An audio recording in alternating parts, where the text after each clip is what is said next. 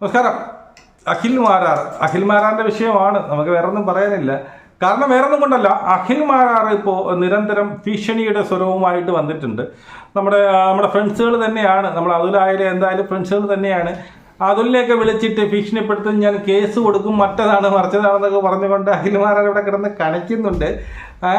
സത്യം പറഞ്ഞാൽ അഖിൽ മാരാറോട് എനിക്കൊരു കാര്യം പറയാനുള്ളൂ. അഖിൽ മാരാറിന്റെ ചിന്തയെന്ന് വെച്ചാൽ അഖിൽ മാരാർ മാത്രമാണ് ബുദ്ധിമാൻ, ബാക്കിയുള്ളവരെല്ലാവരും മൊണയാണ്, മൊണ്ണകളാണ് എന്നൊരു ചിന്ത അഖിൽമാരുണ്ട്. അഖിൽമാർ ആദ്യം മാറ്റുക.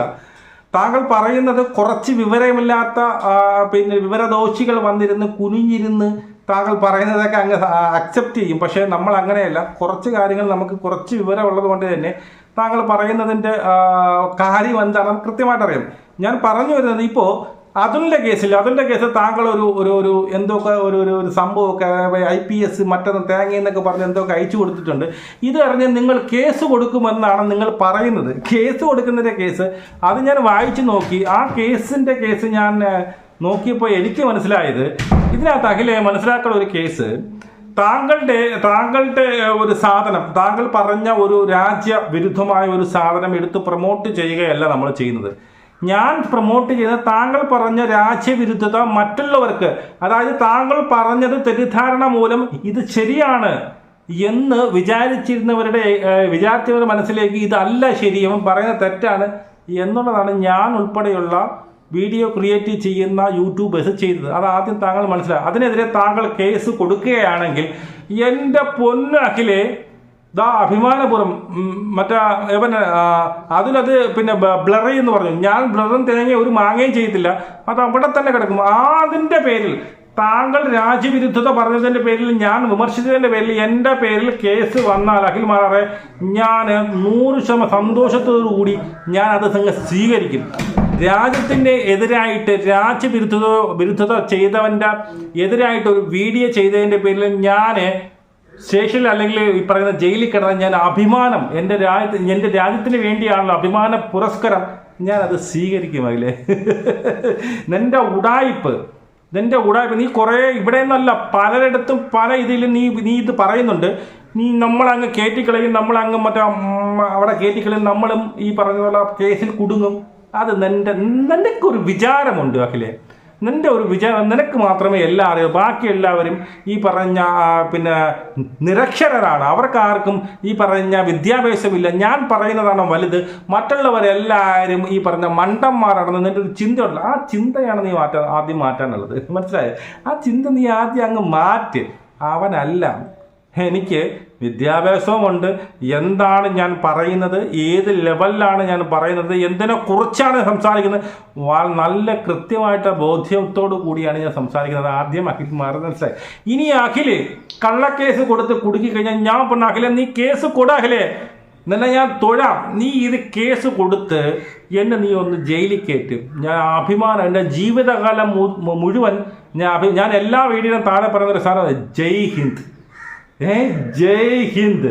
ഹിന്ദ് എന്താ പറയുക, ഹിന്ദുസ്ഥാനിന് വേണ്ടിയിട്ട് ഞാൻ ഈ ഒരു സംഭവം പറഞ്ഞതിൻ്റെ പേരിൽ നീ എനിക്കെതിരെ കേസ് കൊടുക്കാൻ ചോണയുള്ള തന്തയ്ക്ക് പറഞ്ഞവനാണെങ്കിൽ നീ കൊടു.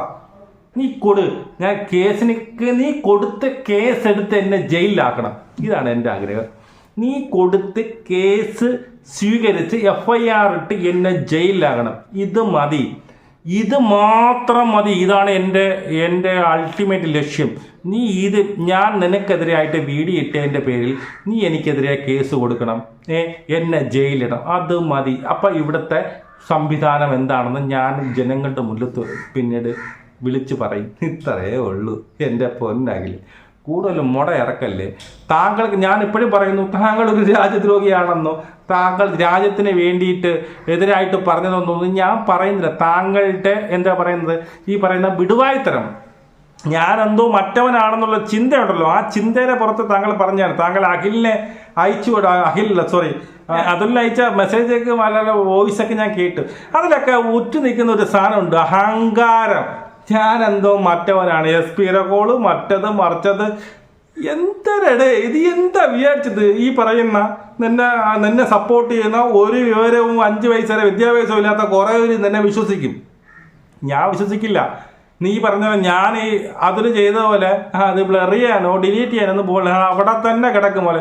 ഞാൻ ഇന്നലെ ഇത് നോക്കി, ടൈംസ് ഓഫ് ഇന്ത്യയിൽ മെനിഞ്ഞാന്നൊരു വീഡിയോ വന്നിട്ട്, അതായത് ഒരു ഭീകരവാദി ഇന്ത്യക്കെതിരായിട്ട് പറയണം, അവൻ്റെ അമ്മയെ വിളിച്ച് പറയാണ് ഞാൻ ഇന്ത്യയെ തീർത്ത് കളയുമെന്ന്. അതവന് സപ്പോർട്ട് പിന്നീട് ടെലികാസ്റ്റ് ചെയ്തിട്ടുണ്ട്.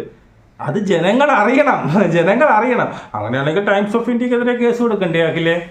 ഇത് ഈ നീ പറഞ്ഞ ആ ഒരു കുറേ IPSC തേങ്ങ മാങ്ങ എന്ന് പറഞ്ഞ് അയച്ചില്ലേ, അത് നിനക്ക് മനസ്സിലായില്ലെങ്കിൽ ഞാൻ പറഞ്ഞത് എന്താണ് സംഭവം. അതായത് നിന്റെ വീഡിയോ, നീ ഇട്ട വീഡിയോ അതേപോലെ ഒരു സംഭവമില്ലാതെ എടുത്ത് ഞാൻ എൻ്റെ യൂട്യൂബ് ചാനലിലേക്ക് പ്രചരിക്കുകയാണെങ്കിൽ അത് ശരിയാണ്. നീ പറഞ്ഞ സംഭവം ശരി. ഞാൻ അങ്ങനെയല്ല, നീ പറഞ്ഞ സാധനം വസ്തുനിഷ്ഠമല്ല, നീ പറഞ്ഞത് വളരെ ഫേക്കാണ് എന്നുള്ള കാര്യം ചൂണ്ടിക്കാണിച്ചുകൊണ്ടാണ് ഞാൻ ആ വീഡിയോ ഇട്ടത്.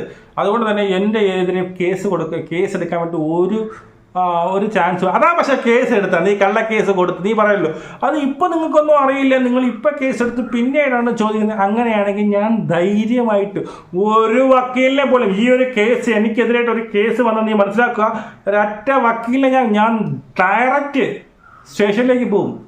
അറസ്റ്റ് ചെയ്തു, എന്നെ അറസ്റ്റ് ചെയ്ത് ജയിലിലിട്. ജനങ്ങൾ അറിയുമല്ലോ, ജനങ്ങൾ. അതുകൊണ്ട് കൂടുതൽ നിന്റെ ഉടായ്പ് ഇങ്ങോട്ട് ഇറക്കരുത്. മനസ്സിലായോ? നിനക്ക് ചെയ്ത തെറ്റ് അക്സെപ്റ്റ് ചെയ്യുക, മാപ്പ് പറയുക. മനസ്സിലായോ? എനിക്ക് ഇത്രേ പറയുള്ളൂ. നീ ചെയ്ത തെറ്റ് അക്സെപ്റ്റ് ചെയ്യുക, മാപ്പ് പറയുക. ഇപ്പോഴും പോലും നീ മറ്റുള്ള പാവപ്പെട്ട ജനങ്ങളെ അല്ലെങ്കിൽ കുറച്ച് പിന്നീട് ലോക വിവരമില്ലാത്ത കുറേ ജനങ്ങളെ നീ പിന്നെ കബളിപ്പിക്കുകയാണ് ചെയ്യുന്നത്. അത് ഇങ്ങോട്ട് വേണ്ടാക്കല്. അത് നീ കളിച്ച കളിയല്ല ഇത്.